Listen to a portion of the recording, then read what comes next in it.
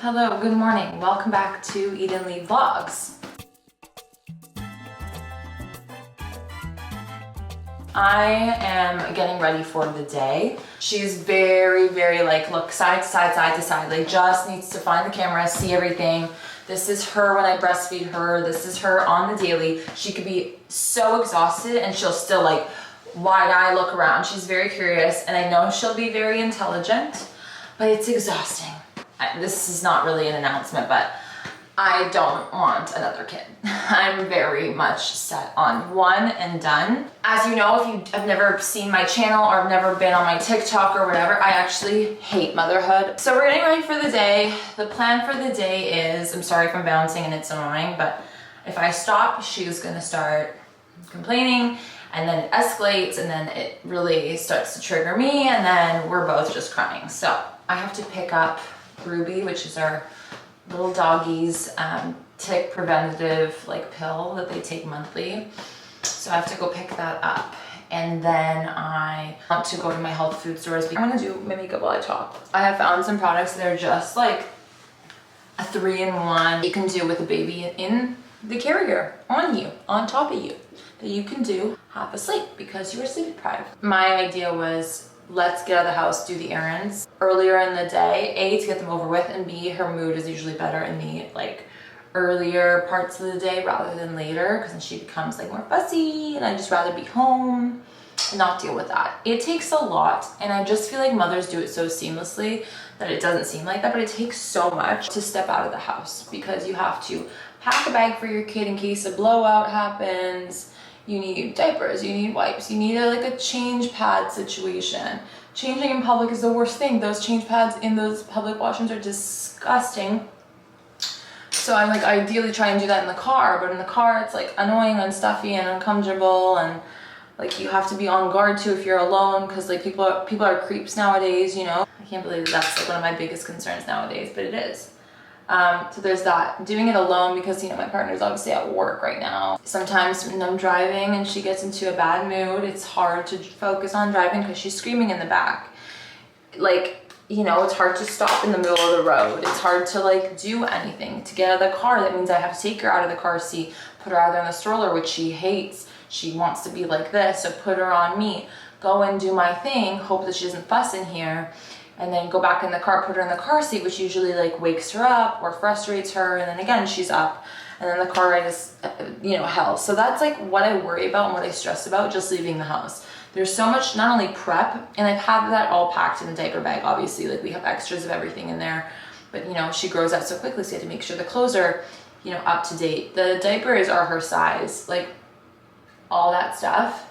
And I have to keep my errands short and sweet because I'm on a timer at all times. That's probably the most anxiety-inducing thing about motherhood is you're always, it feels like on a shot clock, like you only have so much time until the baby needs something from you or just doesn't want to do whatever it is that you need to do. You know, I'm not even going out to like kill time or to change the scenery. I realized that doing that with the baby really is not enjoyable for me a lot of the times. We're not at the stage yet where going out with my baby and just perusing the aisles while my baby takes a nap is something that is possible for us. So many people do that and I used to get so mad that my baby and I couldn't master, you know, that like mat leave life, like copy and then like walk around at a mall and like window shop and just like, my baby just doesn't do that. She doesn't like that. She freaks out. She's fussy, what can I say? So I've kind of given up on that like little, oh my God, you know, you see the cute moms like walking around the mall and they just look so comfy and like calm and their baby's just like sleeping. Yeah, no, like even when my baby was a newborn, when they're allegedly supposed to be sleepy, that wasn't the case at all. Women have really mastered making everything look and seem easy. And I'm sure somebody has seen me out in public and been like, oh wow, that's so cute. Like her baby's strapped onto her. They're just like loving life, walking around, chill. When really, like they didn't see the meltdown before or after. Or they have no idea that I'm like on the brink of a panic attack and I'm just singing and shushing and jumping to make my baby calm down, but low-key to also make me calm down. As you guys know, the point of this channel and the point of like everything that I share on social media is to try and keep it as real as I can without obviously me making it seem like I'm just bitching and complaining all the time, which is difficult because I know I bitch and complain a lot, but I wish somebody bitched and complained a little bit louder or a little bit more so that I would have known that, okay, like what I'm feeling and what I'm experiencing is so valid, you know? And like someone can tell me that 1,000,001 times, but I still just don't believe it. I'm just like, why does everyone look like they're enjoying motherhood, and like, why is everyone doing it so seamlessly? And I'm out here struggling, you know? Contrary to popular belief, I'm not a diva. Like I've always been very independent, very strong, a hustler. Like, you know, I've gone through some stuff in my life. I've always like powered through. I'm not like a, oh my God, like I can't handle the baby and like it's too much for me. My me time, my alone time, my like, oh, my like me hour. Like I've never been that way. And I feel like I'm giving that off. Maybe I'm not strong enough or not tough enough, because why am I having such a hard time? Does that make sense? I don't know. This is my makeup for the day. I just kept it like really simple. I know I look probably a little whack. So she's sleeping right now, which is kind of stressful because I don't know what to do. Should I just put her in the car seat and just like go? I think I might do that. Might regret that, but I have to go pick up this medication, and then I have to go to my store because I want my breakfast to be my probiotic kefir. This is our diaper backpack. My wallet on the side there for now. And put my coffee in the other pocket here. My phone. Make sure the coffee is not. Okay, we're not gonna let this ruin our day. Okay, car seat time. It's okay, it's okay, it's okay. That's okay. Shh. You're gonna fall asleep in the car. You're gonna fall asleep in the car.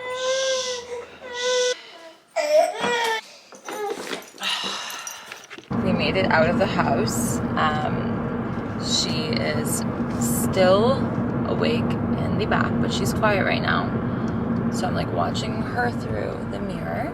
I kind of expected her to just sleep in the car, and then I get to the vet and I could just kind of like take her in the car seat, bring her in while she's still asleep, pay for it, put her back in, and then like continue and her be asleep the whole time. Because again, when she's awake, I know that there's a shot clock, and so I'm just like in the car. I call my mom to kind of distract myself from like stressing about the shot clock. And I keep telling myself, like, what is the worst that can happen? So she screams and she gets mad. Like, okay, we can pull over into a plaza. I can throw her on the boob for a bit, have her calm down. But we're like almost half an hour away from the house, so it like just the thought of being in the car for half an hour and having her scream, and it affects me. I can't explain it. Like I can tell the difference between my partner or the grandparents, you know, dealing with her cry and scream versus me. You know, just chemically, like my body, like every cell in my body just wants to like throw up, scream, cry. Like I can't hear my baby scream or cry. Like I just can't. We did it. We picked it up. I had to like lug her in with the car seat.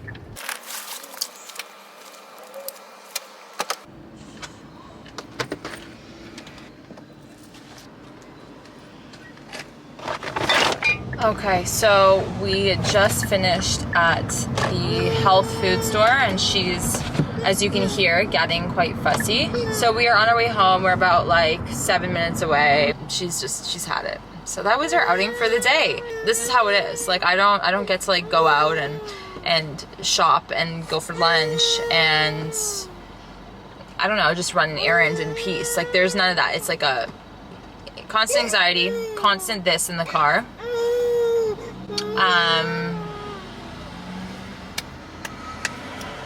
Yep. And it escalates. Like she doesn't stop crying. People are like, oh, you should probably settle down after a while. Like, no, she starts here, which is not bad. It's like a quiet kind of a complain cry. Then it ramps up to like a cry, then a scream cry. Then it's like bloody murder. And you can hear it's rampant. She's changing the tone a little bit. So anyways, we're almost home. Okay. Whoever invented the carrier, I owe you my life.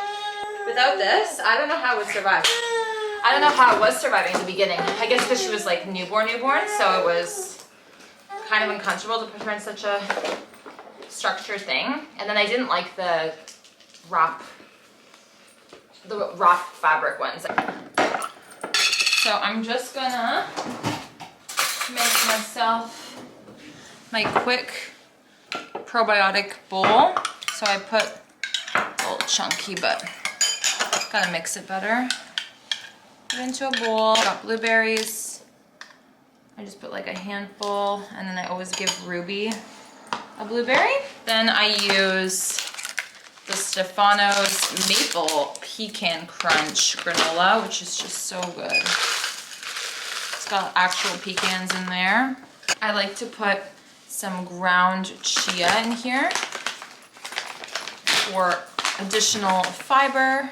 So that's what I'm gonna eat. And then we're gonna give Ruby her tick medication. So that's what I'm gonna eat. And then we're gonna give Ruby her tick medication. This is usually how I eat my meals. Trying to dodge her head, make sure it doesn't get on her.